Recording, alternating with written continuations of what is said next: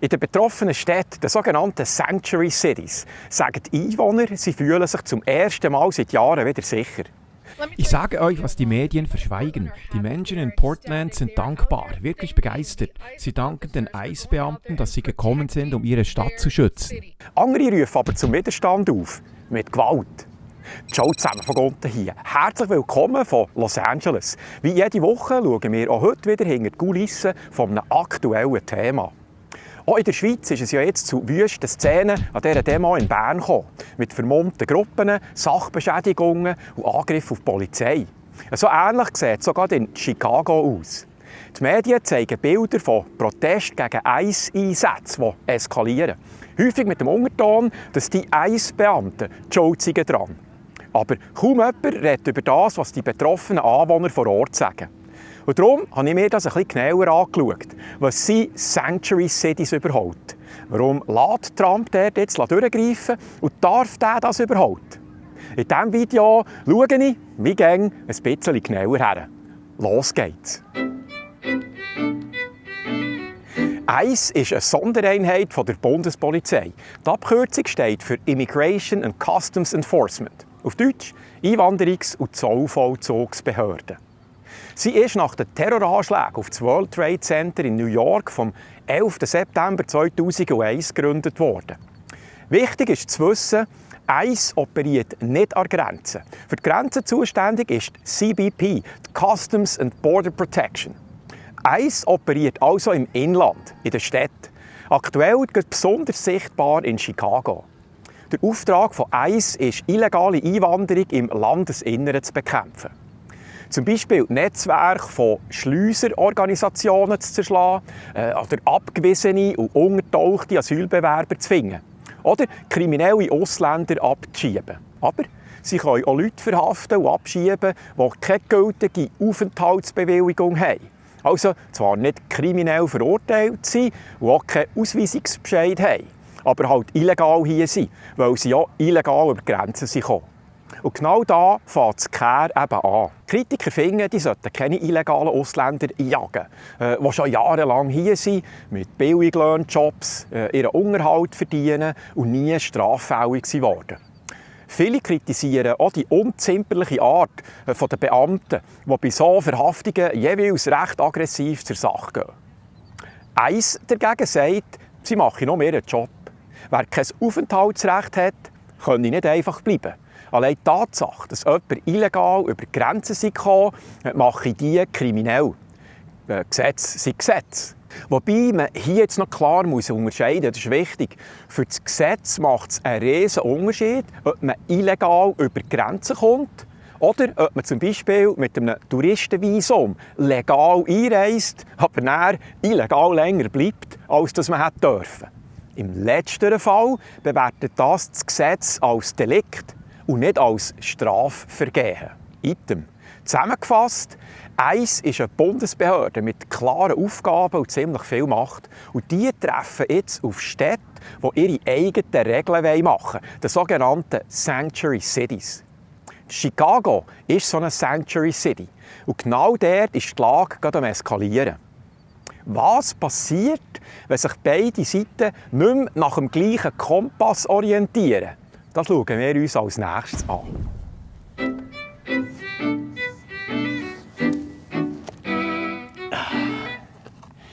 Der Begriff Sanctuary City, auf Deutsch in etwa Zufluchtsstadt, tönt zuerst mal positiv, nach einem sicheren Hafen. Aber was bedeutet das eigentlich? In diesen Städten versprechen die Behörden, dass sie Menschen ohne Aufenthaltserlaubnis nicht einfach abschieben.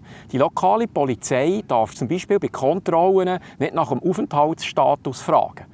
Und auch wenn sich dann trotzdem herausstellt, dass ein Migrant illegal im Land ist, tun sie die Infos nicht automatisch an die Abschiebebehörden weitergeben. Die offizielle Begründung dahinter ist, dass Menschen keine Angst haben, in eine Schule zu gehen, zum Arzt oder eben auch zur Schmier, wenn etwas passiert ist. Das mache die Stadt insgesamt sicherer. Die Städte weigern sich also, mit der Ausschaffungsbehörde ICE zusammenzubügeln. Doch genau das gibt eben auch heftige Kritik der Gegner dieser Schutzidee. Weil juristisch gesehen ist das Einwanderungsrecht Sache vom Bund, nicht von der Städte. Ohne entsprechende Informationen von vor Ort wird es für eins schwierig, so illegale Ausländer in diesen Städten ausfindig zu machen. Wenn die dann eine Zusammenarbeit verweigern, können Abschiebungen häufig nicht durchgeführt werden. Was zu grossen Spannungen führt, ist die Tatsache, dass beide Seiten die Situation vielfach politisch aufladen. Für die einen, etwa die als Asylromantiker bezeichnet, sind illegale Migranten vor allem harmlose Asylbewerber, die einfach nur bügeln wollen, um ihre Familien zu ernähren. Die anderen halten dagegen. Die Praxis zeigt, dass diese Politik auch dazu führt, dass mehrfach verurteilte Straftäter, die illegal im Land sind, nicht den Ausschaffungsbehörden gemeldet werden und immer wieder auf freien Fuß gesetzt werden. Viele, auch ehemalige Demokraten, sagen, hinter dieser Grosszügigkeit stecke weniger Mitgefühl, sondern politisches Kalkül.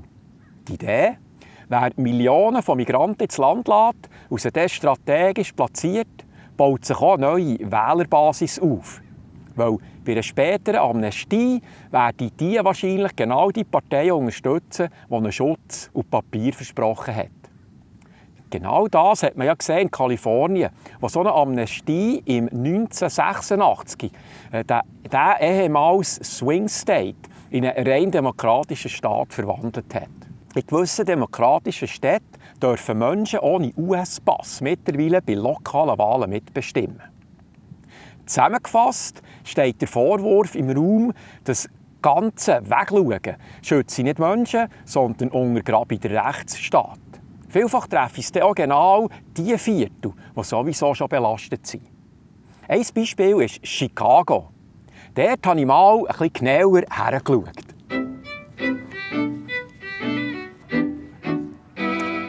Chicago hat sich zur Sanctuary City erklärt, hat aber keinen Plan gehabt, wie das finanziert werden soll. Als dort Tausende von illegalen Migranten kamen, hat man sie kurzerhand in alte Schulhäuser gesteckt. Und zwar in den armen, vielfach schwarzen Stadtvierteln. Das Problem dabei war, dass das Schulen sind, die man vorher aus Geldmangel geschlossen hat. Die sind dann plötzlich zu Migrantenunterkünften geworden. Und die Stadt hat Hunderte von Millionen $, an private Anbieter gezahlt, die dann für die Unterbringung, Sicherheit und Verpflegung geschaut haben.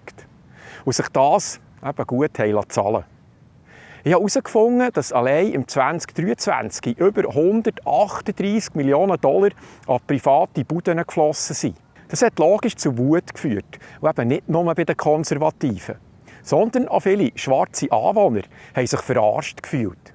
Sie haben gefragt, wieso bekommen die Illegalen jetzt plötzlich alles das, was wir jahrelang darum gebettelt haben, aber nie bekommen haben. Wir sollten auf die lokalen Politiker sauer sein, nicht auf Donald Trump oder ICE. Denn die Politiker hier haben das Problem wie immer einfach auf die schwarze Community abgewälzt.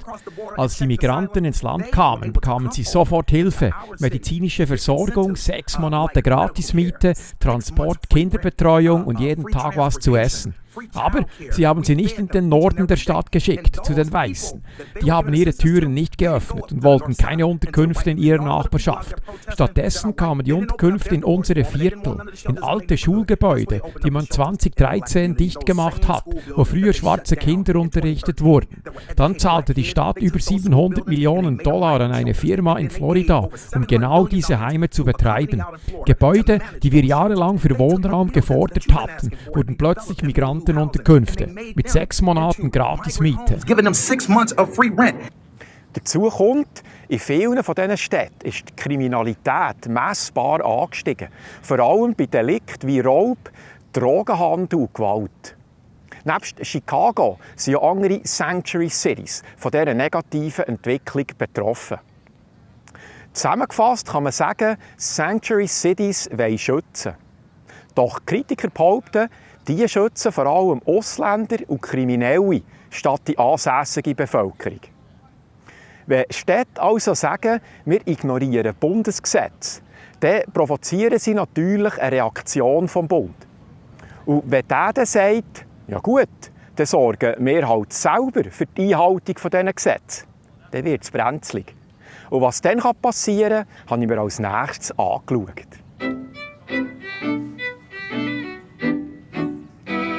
Bleiben wir bei Chicago. Wie wir jetzt erfahren haben, ist Chicago laut eigenen Aussagen eine Sanctuary City.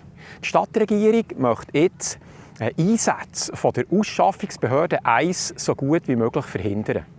Der Bürgermeister Brandon Johnson hat ganze Viertel von seiner Stadt zu ICE-freien Zonen erklärt. Aber sein eigener Polizeichef stellt sich quer. Er hat öffentlich gesagt, wir dürfen ICE-Agenten nicht aufhalten oder verhaften. Das ist Bundesrecht, egal was die Stadt sagt. Einsätze von ICE haben so also stattgefunden. Zwar mit Murren und Knurren vom Bürgermeister, aber es ist dann noch nicht eskaliert. Dann hat sich aber grundsätzlich etwas geändert. Die Antifa ist aufgetaucht. In mehreren Berichten ist von gezielten Angriffen von gewaltbereiten Randalierern auf ICE-Agenten die Rede. Mit Kämpen, Feuerwerkskörpern und Laser zum Beispiel. Und die lokale Polizei, die hat sich auf Druck vom Bürgermeister zurückgehalten. Die sind also den zum Teil eingekesselten ICE-Beamten nicht helfen. Alles erinnert an das genau gleiche Vorgehen, das wir vor ein paar Wochen in LA beobachtet haben. Darauf hat auch Trump wieder ähnlich reagiert wie dann in LA. Er hat am Sinn nach gesagt, wenn die lokale Polizei die Bundesbeamten nicht schützt, dann müssen wir die selber schützen.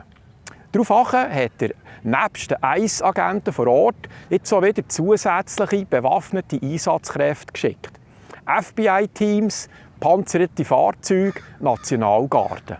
Und darum haben dann die ICE-Einsätze ausgesehen wie die Auslandeinsätze der Armee. Black Hawk-Helikopter bei Nacht, maskierte Beamte in Schutzwesten und Stahlhelm. Die Regierung wiederholt ihre Aussagen, dass das nicht wegen der Migranten so aussehe, sondern zum Schutz der ICE-Beamten vor gewalttätigen Aktivisten aus der linken Szene. Dieser Umstand wird aber in den Berichten von vielen umstrittenen Zeitungen sehr gerne weggelassen. Item. Ich habe auch Beispiele zusammengetragen, wo so ICE-Einsätze ganz anders ablaufen. In republikanisch geführten Staaten oder dort, wo demokratische Bürgermeister die Hilfe aus Washington annehmen, kommt es kaum zu solchen Szenen. Washington DC zeigt, wie es auch gehen kann, wenn Städte nicht blockieren, sondern kooperieren. Dort hat es innerhalb der Woche zu folgenden Resultaten geführt. Mordfälle -50%, Raubüberfälle -22%, Überfälle auf Autos -87%. Und das ist kein Einzelfall. In West Virginia kooperiert die lokalen Behörden direkt mit ICE. Das führt dazu, dass gezielt Einsätze gegen illegale Straftäter durchgeführt werden können. Ohne dass dort ICE ganze Wohnblöcke durchforsten muss, weil die lokalen Behörden die nötigen Detailinfos nicht herausgeben. In Michigan helfen ebenfalls mehrere Polizeibehörden aktiv mit, wenn es darum geht, abgewiesene oder gesuchte Migranten zu finden und zu verhaften. In Arizona laufen ICE-Deportationen über lokale Flughäfen, auch dort in Zusammenarbeit mit den Behörden vor Ort. Und das 287G-Programm ist ebenfalls ein Erfolg. Es erlaubt den lokalen Polizeistationen direkt mit ICE zusammenzubügeln. Zum Beispiel bei der Identifikation und Festnahme von Kriminellen ohne Aufenthaltsrecht. Aktuell gibt es über 1000 so Partnerschaften von Texas, Georgia, Utah bis nach Florida. Das Muster scheint klar. Dort, wo Städte mit dem Bund zusammenbügeln, eskaliert nichts. Es gibt keinen Angriff auf ICE-Beamte, es gibt keine linksextreme Chaosnächte und darum sieht man dort auch keine Nationalgarde, sondern eine Zusammenarbeit mit sichtbarem Erfolg. Es ist mir schon klar, mit diesen Aussagen bekomme ich dann wieder den Vorwurf, dass ich für Trump sei.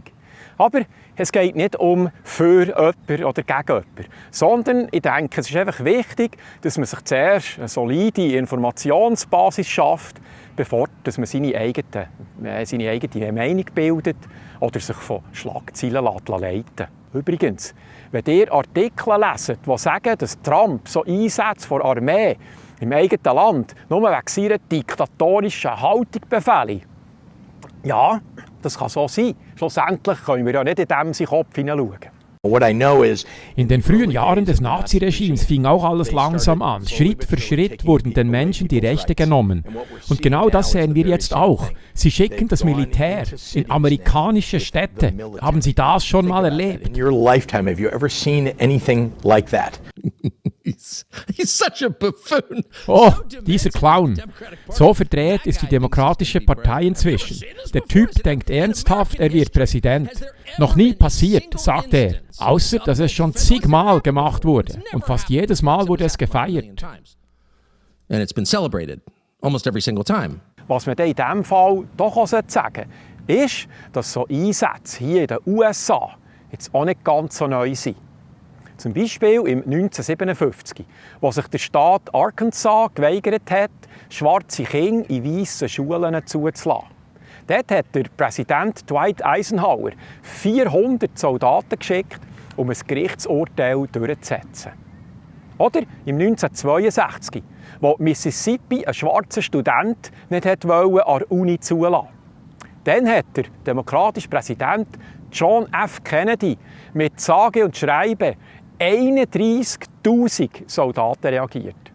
Er hat Panzer auf dem Unigelände stationieren und Maschinengewehr auf die Unidächer gesetzt. Oder im 1967 bei den Detroit Riots, 1968 in Washington, 1992 in Los Angeles, 2005, 2020. Ich denke, es ist wichtig, diese Sachen einfach zu wissen, bevor man seine Meinung bildet. Item. Hier die Zusammenfassung von diesem Kapitel. Chicago blockiert Eis, Antifa macht Krawall und Trump greift durch mit dem Verweis auf geltendes Recht. Spannend finde ich jetzt noch, dass ausgerechnet in den Vierteln, wo Eis unterwegs ist, sagen viele, dass sie sich zum ersten Mal seit Jahren wieder sicher fühlen. Tatsache ist, nicht alle kritisieren die ICE-Einsätze. Gerade in den betroffenen Vierteln berichten Anwohner von weniger Gewalt, weniger Gangaktivitäten und mehr Ruhe. Demokratische Bürgermeister schreien online überall. Sie schüchtern Leute ein, sie schubsen Menschen weg. Ja, weil diese die Bundesbeamten angreifen. Und lasst euch sagen, dank unseren Steuergeldern kommt Eis in eure Städte, damit sie sicher bleiben, weil ihr eure verdammten Jobs nicht macht. Auch viele Schwarze, darunter Aktivisten wie der Jamal Green, sehen das Problem nicht bei Eis, sondern bei der Stadtverwaltung. Eis macht Razzien in Vierteln, wo Schwarze leben, weil genau dorthin die Lokalpolitiker die Migranten geschickt haben. Sie zahlen denen sogar ihre Miete, ihr Essen, ihre Kinderbetreuung, einfach alles. Aber sie haben sie nicht in ihre Stadtteile gebracht, sondern in unsere, weil es der einfachste Weg war, das Problem abzuschieben. Ja, Eis tritt hart auf. Klar, bewaffnete Einheiten wirken immer aggressiv. Aber das eigentliche Problem ist, unsere Politiker haben uns das so eingebrockt. Sie hätten nie zulassen dürfen, dass so viele auf einmal kommen. Und als sie gekommen sind, dann hätten sie nicht einfach ins schwarze Viertel abschieben dürfen. Unsere Politiker sollten endlich entsprechend handeln, statt uns immer an die letzte Stelle zu setzen. Lokale Journalisten haben sich an einem Meeting mit dem Trump bei ihm bedankt für sein Durchgreifen. Ein Seattle-Reporter, der Antifa über Jahre dokumentiert hat, sagt, dass die extrem linken Aktivisten real und vor allem gefährlich sind. Sie fordern noch mehr Unterstützung vom Bund und sagen, die lokalen Regierungen schauen weg. Irgendjemand müsse handeln. Mein Name ist Brandy Cruz. Einige von uns berichten seit über 15 Jahren über Antifa. Und noch nie hat jemand in einer verantwortlichen Position überhaupt anerkannt, dass es sie gibt. Und ich sage Ihnen auch, das Wichtigste, was Sie je getan haben im Umgang mit diesem Problem, war schlicht und einfach anzuerkennen, dass Antifa real ist. Seit über 10 Jahren infiltriere ich Antifa-Zellen in Seattle und Portland. Ich kenne ihre Strukturen von innen. Antifa nutzt gezielte politische Gewalt, um Andersdenkende zum Schweigen zu bringen. Und sie glauben, Gewalt ist in jedem Fall gerechtfertigt. Heute sitze ich hier mit einem blauen Auge und einer Gehirnerschütterung. Ich wurde letzte Woche beim Berichten vor einer Eiseinrichtung mit einer Metallstange ins Gesicht geschlagen. Danach bin ich direkt zu 3 Polizisten in Portland, aber sie haben den Täter nicht festgenommen. Ich habe die Angreiferin selbst durch die Straßen verfolgt, sie 35 Minuten lang festgehalten und trotzdem kam keine Polizei. Ich habe gesehen, wie 20 Antifa-Militante die Täterin zur Flucht verholfen haben, in ein sogenanntes Safe House, nur einen Block von der ICE-Einrichtung entfernt. Dort ruhen sich Antifa-Aktivisten aus, duschen, essen und bereiten ihre nächsten Einsätze vor, wie bei einer paramilitärischen Operation.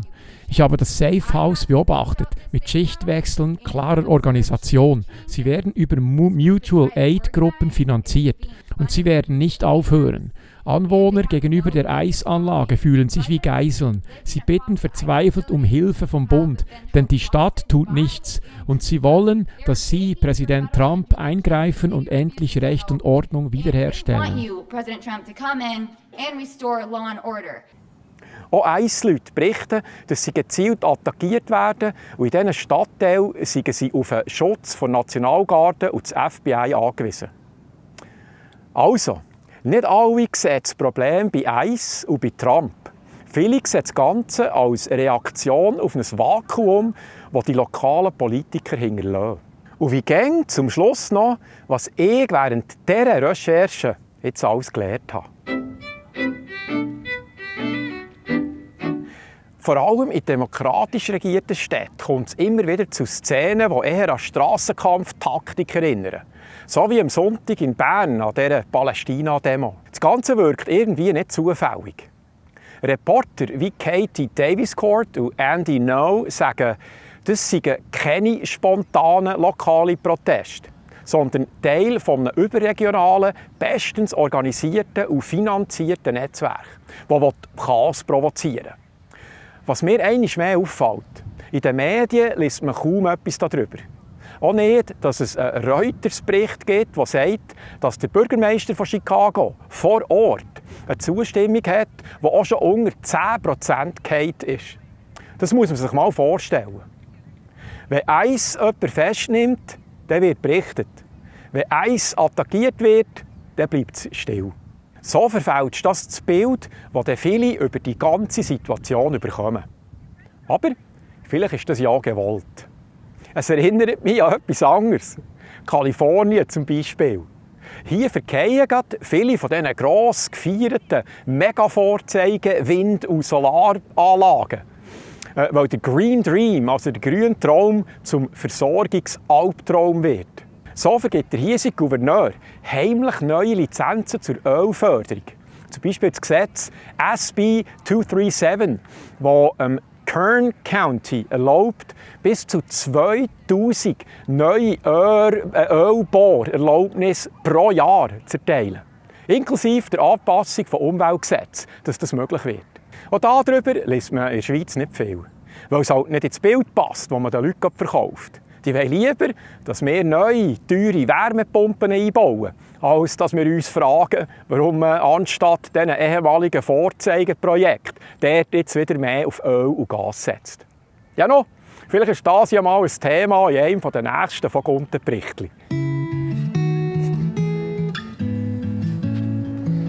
Et voilà, dann würde ich sagen, das war es wieder mal für heute. Merci vielmals an alle Spender, die mir auch seit meinem letzten Video einen Gönnerbatzen eingezahlt haben.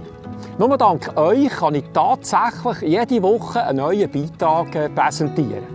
Weil der von Gunten ist zu 100% unabhängig und zuschauerfinanziert. Wer das mal einen Batzen machen kann, das wäre natürlich super. Ihr findet die nötigen Infos unter www.vongunten.ch oder auch im Beschreibungstext von jedem Video. Ganz herzliches Dankeschön. An dieser Stelle noch, mein Ziel, das ich mir gesetzt habe für dieses Jahr, ist am Schluss 10'000 Abonnenten zu haben. Und wir sind ganz knapp davor. Wer also ab und zu hier beim Von Gunten reinschaut und noch nicht auf den Abo-Knopf gedrückt hat, wäre cool, wenn ihr das noch macht. Wenn wir das schaffen würden, das wäre natürlich gut. Also, so oder so, merci vielmals fürs Reinschauen. Wir sehen uns in einer Woche wieder. Tschüss.